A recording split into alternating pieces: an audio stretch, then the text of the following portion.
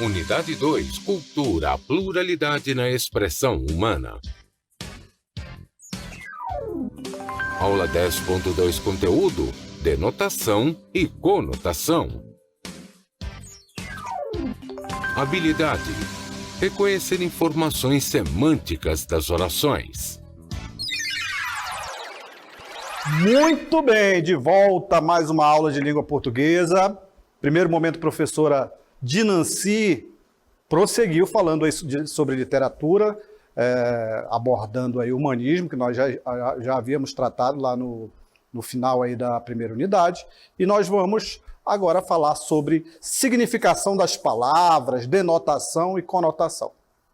Antes nós vamos fazer a revisão da aula anterior. Olha só, observe aí. Muito bem, falamos sobre gênero textual notícias, né? Temos aí algumas características da notícia.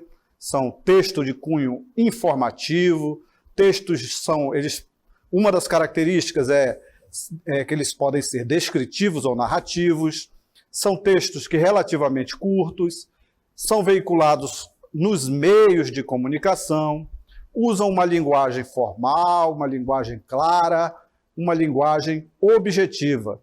Os textos com títulos principal e auxiliar e textos em terceira pessoa, ou seja, uma linguagem impessoal. Muito bem. Ele vai ter também um discurso indireto, olha só, observe aí, discurso indireto, vai falar sobre fatos reais, atuais e do cotidiano, ou seja, do dia a dia, fatos do dia a dia, ok? Muito bem, muito bem. Vamos falar sobre o sentido das palavras. As palavras, elas vão depender do contexto, né? Isoladamente ela tem um valor, mas dependendo do contexto, elas podem indicar outras coisas, ok? Vamos falar sobre denotação e conotação. Olha aí, observe. Então temos aí, o que é semântica?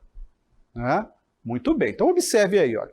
Nos dicionários, o conjunto de sentidos e informações a respeito de uma palavra denomina-se verbete. Observe o exemplo. Olha só, observe aí o exemplo. Temos o exemplo aqui para você. Então, nos dicionários, o conjunto de sentidos e informações de uma palavra denomina verbete. Chama-se verbete. Olha só. Aqui, ó. Chama-se verbete. Muito bem. Então, verbete. Vamos verificar aqui uma palavra. Olha só, observe aí. É a palavra ligação. Temos aqui a palavra ligação. Qual o significado dessa palavra? Da palavra ligação? Muito bem. Temos aqui, olha só, ela é uma palavra substantivo feminino. Substantivo feminino. Né? Por quê? Porque nós chamamos a ligação, não é o ligação. Então sabemos aí que é um substantivo feminino, a ligação. Muito bem. Outro significado. O significado da palavra ligação é a junção entre duas ou mais coisas. Ligação significa a junção entre duas ou mais coisas. Uma união, uma conexão. Esse é o significado dessa palavra. Vamos para o segundo significado. Segundo significado dessa palavra é aquilo que serve para ligar, um ligamento, o que faz que se estabeleça uma relação ou encadeamento entre as coisas ou fatos. Relação ou encadeamento entre coisas ou fatos. Uma conexão. Muito bem. Vamos verificar aqui o quarto sentido. O sentido 4 dessa palavra ligação. Olha aí, ó. É um vínculo. Ligação é um vínculo. É uma união entre pessoas. E vamos verificar isso aí. Tem mais. Olha aqui, olha. Mais significados. A ação de pôr em comunicação dois circuitos ou redes de eletricidade. Também é um dos significados da palavra ligação. E a sexta é a comunicação através de telegrafia, telefonia ou radiofonia. Muito bem, temos aí cinco. Temos aí cinco, não, temos seis significados da palavra ligação. Muito bem, então observe. Essa palavra, dependendo do contexto que você vai utilizar, ela vai ter vários sentidos. Ela vai ter vários sentidos. Então, tudo vai depender do contexto.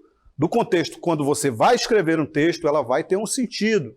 Se você estiver utilizando ela num outro contexto, ela vai ter outro sentido. Então, é importante que você observe o contexto em que você está utilizando as palavras para saber se ela está sendo utilizada numa linguagem denotativa, ou seja, essa linguagem aí, a linguagem do dicionário, a linguagem real, ou uma linguagem conotativa, ou seja, uma linguagem que você está utilizando a palavra, mas não no sentido real do dicionário, ok? Muito bem, vamos ver aqui uma dessas características dessa palavra ligação sendo utilizada em um certo contexto.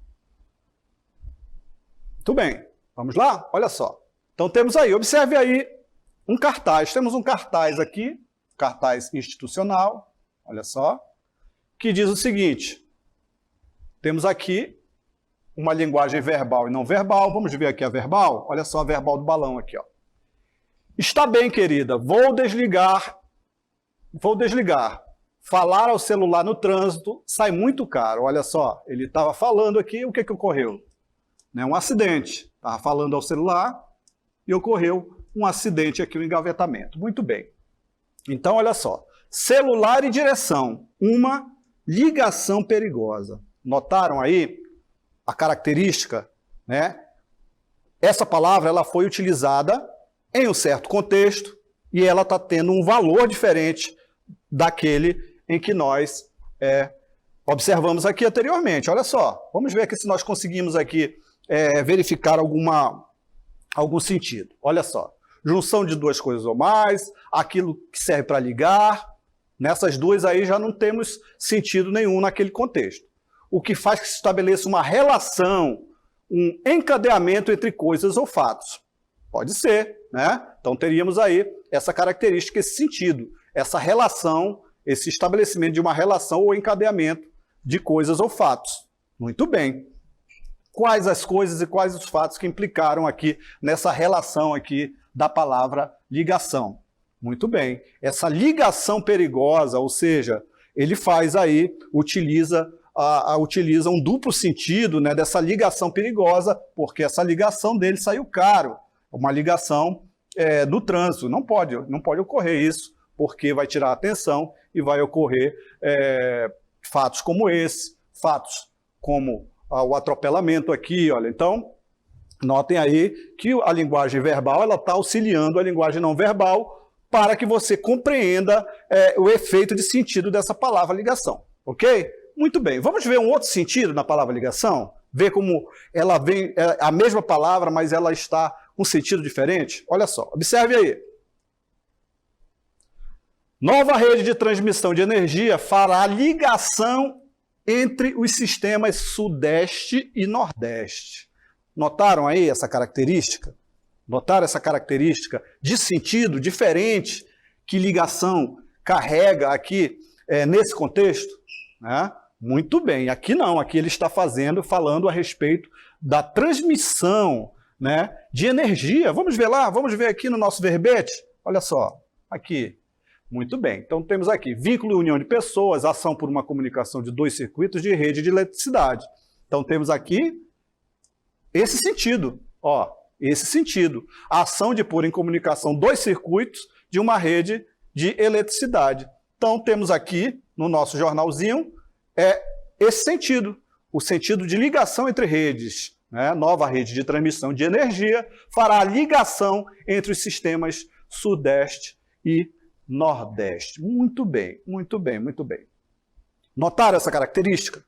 Essa característica da palavra, essa característica de que vai depender do contexto. Né? O contexto em que você vai utilizar a palavra, ela vai ter sentidos diferentes. Então, quando você for analisar um texto, analisar uma questão, você tem que observar o contexto. Né? Ele pode estar sendo utilizado numa linguagem denotativa, ou pode estar sendo ligada, fazendo uma relação de linguagem, uma linguagem conotativa, ok? Uma linguagem não real. Claro? Vamos seguindo, olha só, observe aí. Então temos aqui essa característica. Quando analisamos um determinado elemento textual, buscando identificar seu significado, de que maneira ele contribui para o sentido geral do texto, estamos estudando semântica. Muito bem, o sentido das palavras no determinado contexto. Então, é isso que se trata essa característica, ok? Muito bem. Vamos ver outro exemplo? Olha só outro exemplo aqui. Ó. Muito bem, temos dois textos aqui. Vamos ler esse primeiro texto, aqui. Depois nós lemos esse segundo texto. Muito bem, temos aí, ó. Então, já posso fazer um contrato com os italianos? O professor responde de maneira reticente. Sim, o guri tem futuro, mas... Olha só, mas... Lalo é apenas um nome na batalha... Não, aqui já é outro. Tá, bacana ali, é isso mesmo. Tá, então vamos ver aqui o sentido. Aqui nesse outro lado, o 2, temos aqui, ó. O pai não quer saber de ponderação. Seu rebento é o sucessor de Pelé e Garrincha e estamos conversados. Então, olha só aqui, ó. Observe. Temos a palavra rebento e a palavra guri, né? Então, temos palavras sinônimas. Ela está utilizando aí para definir o mesmo conceito, o conceito de criança, né? O guri, o rebento, que é o filho dele, no caso, né? Então, ele vai trazer essa significação, ok? Muito bem. Então, às vezes, ela vai trazer palavras diferentes, mas que têm a mesma significação. Vamos prosseguindo. Olha só, temos aqui pivete, pivete. Outra característica, olha só. Pivete. Lalo apenas um nome na batalha diária pela sobrevivência nas ruas. Às vezes isso é tudo que resta a uma criança. Então, notem aqui que ele está utilizando duas palavras para definir criança, né? Aqui de um modo pejorativo, né, de criança, mas é criança, é um pivete, no caso aí uma criança de rua, né? Então ele vai trazer essa característica, né? Dependendo a palavra, dependendo do contexto a ser utilizado, ele pode trazer uma carga negativa, como aqui, ó, né? Aqui, essa palavra, dependendo aí do contexto, ele pode ser utilizado num contexto, digamos assim, ofensivo até, ok? Muito bem, então, notem essas características da palavra. Mas, ao mesmo tempo, se você for verificar na significação das palavras, olha só aqui, ó, ela vai ter as mesmas características de sinônimo, né? Vai trazer a característica de criança. Ó, guri, rebento, criança, pivete, né? Curumim. Então, assim sucessivamente.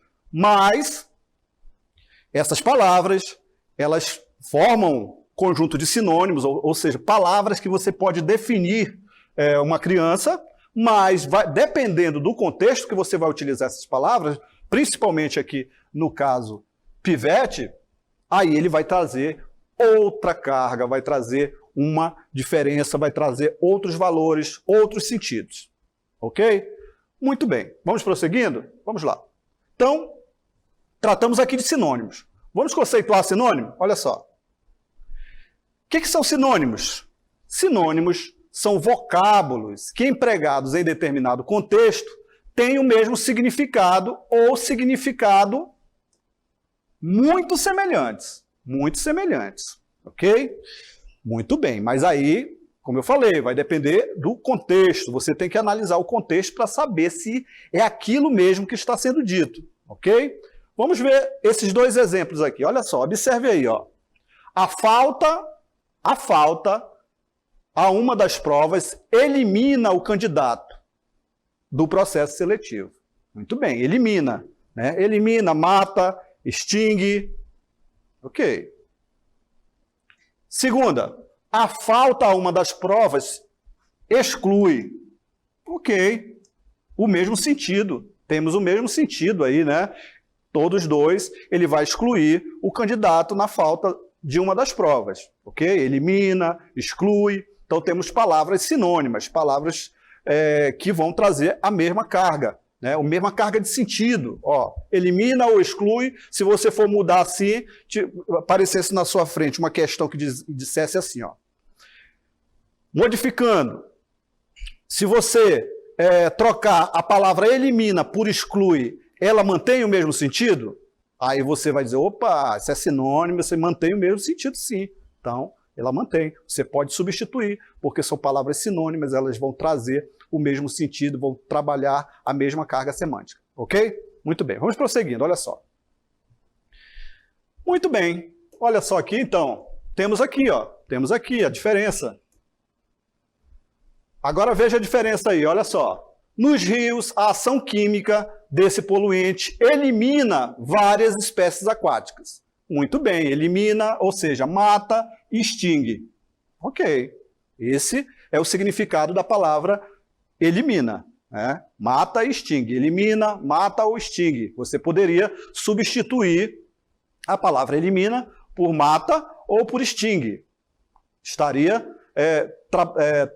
trazendo a mesma carga, né? Trazendo o mesmo sentido.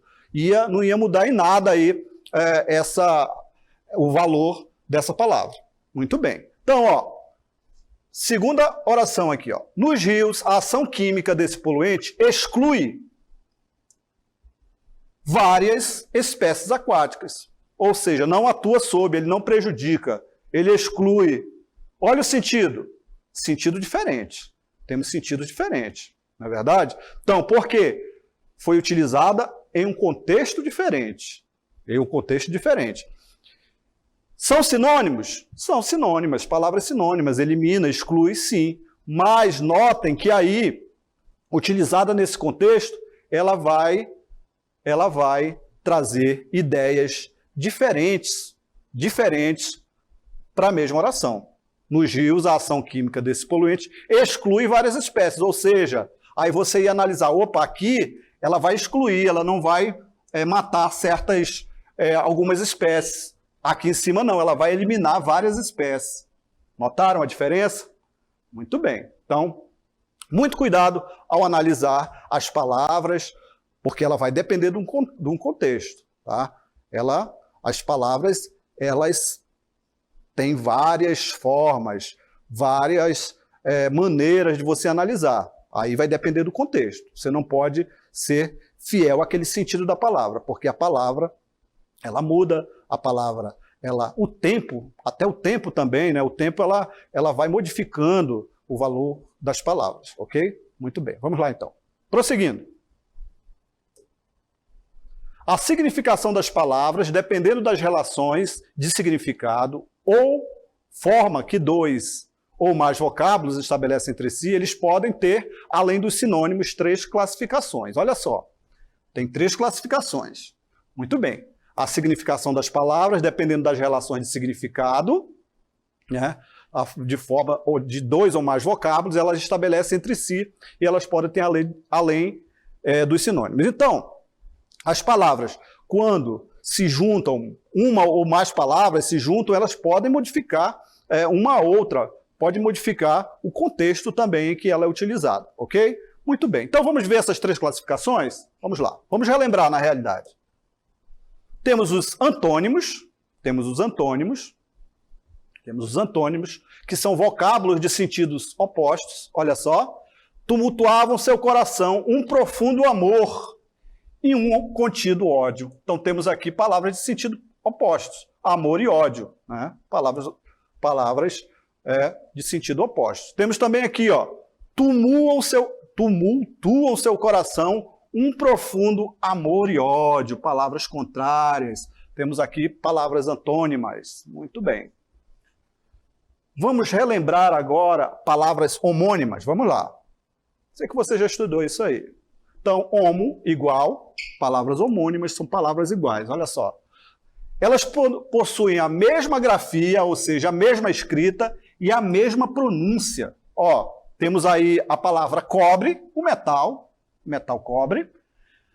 Temos também o verbo cobre, do verbo cobrir. Ó, escrita tem a mesma grafia e a mesma pronúncia, mas sentidos diferentes. Né? Uma é o metal e a outra é o verbo. Muito bem. Temos também palavras homônimas com a mesma grafia, apenas, olha só. O molho e o molho. Né? Molho. molho e o molho. Muito bem. Temos o da mesma pronúncia também, olha, homônimos da mesma pronúncia. Sexta, né, a sexta de carregar macaxeira. Temos a sexta-feira, último dia da semana. Notem aí que a grafia é diferente, sexta e sexta. Temos as palavras parônimas também, olha só, são vocábulos semelhantes na pronúncia e na grafia. Olha só, emergir é a mesma coisa que subir, aparecer, né? O pirarucu emergiu do rio, olha só que beleza. Emergir, ele subiu. Ou o pirarucu voltou a imergir, ele mergulhou, afundou, emergir e imergir. Muito bem. Vamos falar sobre recursos estilística, olha só. Muito bem. A linguagem possibilita nos exprimir não só nossa compreensão do mundo, as ideias, conceitos, opiniões, mas também nosso mundo psíquico, as emoções e o estado de espírito. Muito bem. Olha só, observe aqui, ó. Quando alguém diz, por exemplo, aquele restaurante é um chiqueiro, é um chiqueiro, esse falante está afirmando que o restaurante é sujo, né? Simultaneamente revelando que o lugar lhe causa nojo, repulsa. Muito bem. Vamos a um exemplo aqui. Temos um texto, você vai acompanhar agora esse texto, e leia junto conosco. Vamos lá. Catedrais em busca do desconhecido. Na Idade Média, as belíssimas catedrais góticas também funcionavam como um veículo de transporte de nossa esfera para a esfera divina. A verticalidade da arquitetura gótica induzia as pessoas a olhar para o alto com respeito e temor, em um rito de passagem entre o nosso mundo, com suas atribulações, e o paraíso medieval cristão, com sua promessa de uma vida eterna e livre de transtornos. Após buscarmos a comunhão com Deus por meio de nossas catedrais, neste final de milênio, nos lançamos ao espaço, nossa nova fronteira. Nossas catedrais são as espaçonaves, as pontes entre o nosso mundo e esse vasto universo do qual fazemos parte. No dia 4 de dezembro, a espaçonave americana Endeavour iniciou sua missão mais importante. Sua carga era o segundo módulo de construção da Estação Espacial Internacional, ISS, um dos projetos de engenharia mais ambiciosos de todos os tempos. Essa catedral flutuante está sendo construída por 16 países e terá um custo total em torno de 60 bilhões de dólares. Muito bem, muito bem. Gostaram aí do texto? Vamos analisar o texto? Vamos lá, então. Olha só, observe aí o texto. Então, temos aqui, ó, o texto que está indicando o seguinte. Olha só. Vamos lá. Opa, aqui. Terminou aqui. Muito bem. Então, temos aí um trecho desse texto. Observe esses dois textos. Olha só. A palavra destacada, catedral. Catedrais, catedral. Notem que aqui, nesse primeiro trecho, na Idade Média, as belíssimas catedrais góticas também funcionavam como um veículo de transporte de nossa esfera para a esfera divina. Notem aí que catedral aqui está sendo utilizada no sentido do dicionário, né? No sentido como está indicado no dicionário, no sentido denotativo, sentido real, ou seja, catedral, igreja, né? Está sendo utilizado nesse sentido, né? De igreja e tudo mais. No outro sentido, no outro trecho do texto, olha só, quando ele fala assim, ó, essa catedral flutuante está sendo construída por 16 países e terá um custo total em torno de 60 bilhões de dólares. Muito bem, então aqui ele não está utilizando essa palavra com o sentido de igreja, sentido divino. Ele está utilizando num sentido conotativo. Está utilizando no sentido conotativo, ele está utilizando aí essas palavras, esse trecho, essa palavra catedral, como falando algo assim, como uma construção, pelo tamanho dela, na dimensão grandiosa que ela vai ter, a arquitetura complexa, impressionante. Então ele está trazendo essa palavra catedral nesse sentido, né, a construção dessa base espacial, a Endeavour.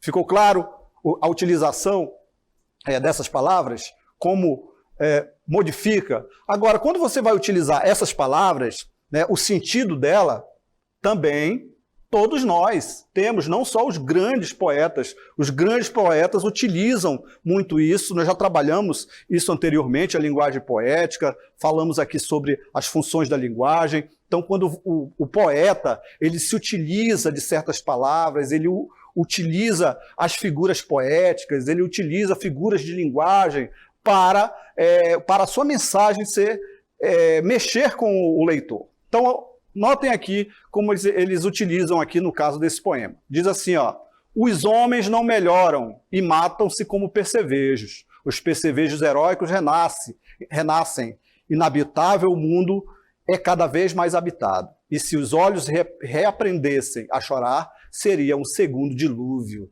Então notem aqui, ó, que ele utiliza segundo dilúvio.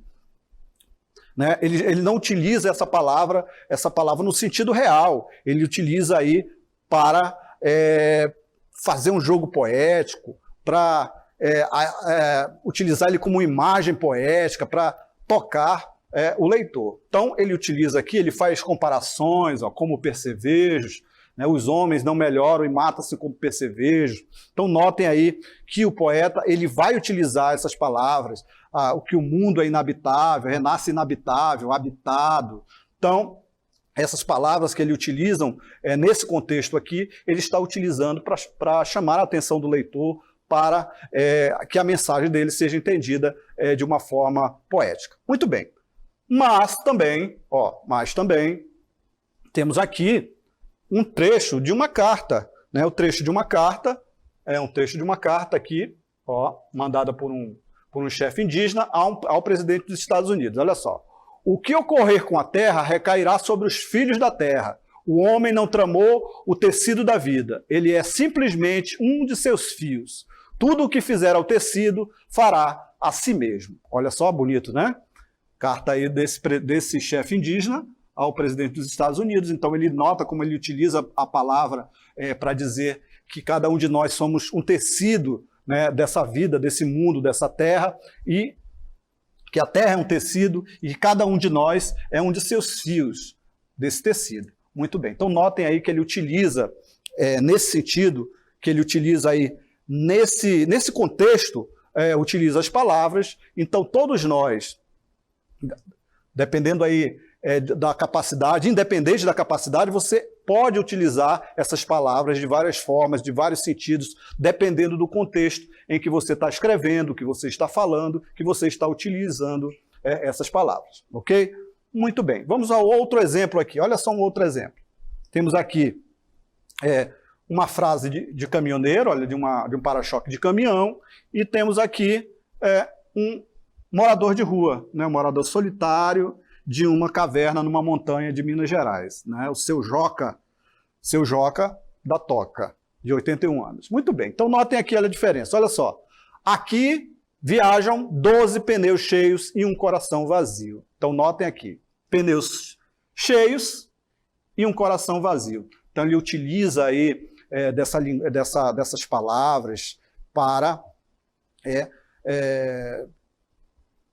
mandar a mensagem, né, para a mensagem dele ser compreendida nesse para-choque de caminhão. A mesma coisa aqui do seu Juca da Toca. Olha só, que ele diz assim, ó: eu tinha machucado a perna, estava de muleta, mas andar com perna dos outros não vale a pena. Aí eu comecei a andar com a minha perna outra vez. Muito bem, olha só. Então, ele utiliza aqui andar com a perna dos outros. Né? O que é que ele quis dizer aqui? Que ele está andando de muletas, né? Muletas, não eram suas próprias pernas. Então, essa característica da utilização das palavras. Então, o que nós aprendemos hoje a respeito da significação das palavras, do sentido das palavras? que é importante que nós saibamos aí? Então, olha só. Aprendemos que as palavras, o uso das palavras vai depender de um contexto, né? As palavras sinônimas, mesmo elas tendo significações semelhantes ou iguais, dependendo do contexto, elas vão se opor no seu sentido. Então é importante que você, ao ler um texto, você compreenda que tudo depende de um contexto, na fala, no texto. Já falamos aqui anteriormente sobre linguagem formal ou informal, não estou lembrado, mas é isso. Se você está em uma igreja, você vai falar de uma forma. Se você está com seus amigos, você fala de outra forma, né? Tudo vai depender do contexto.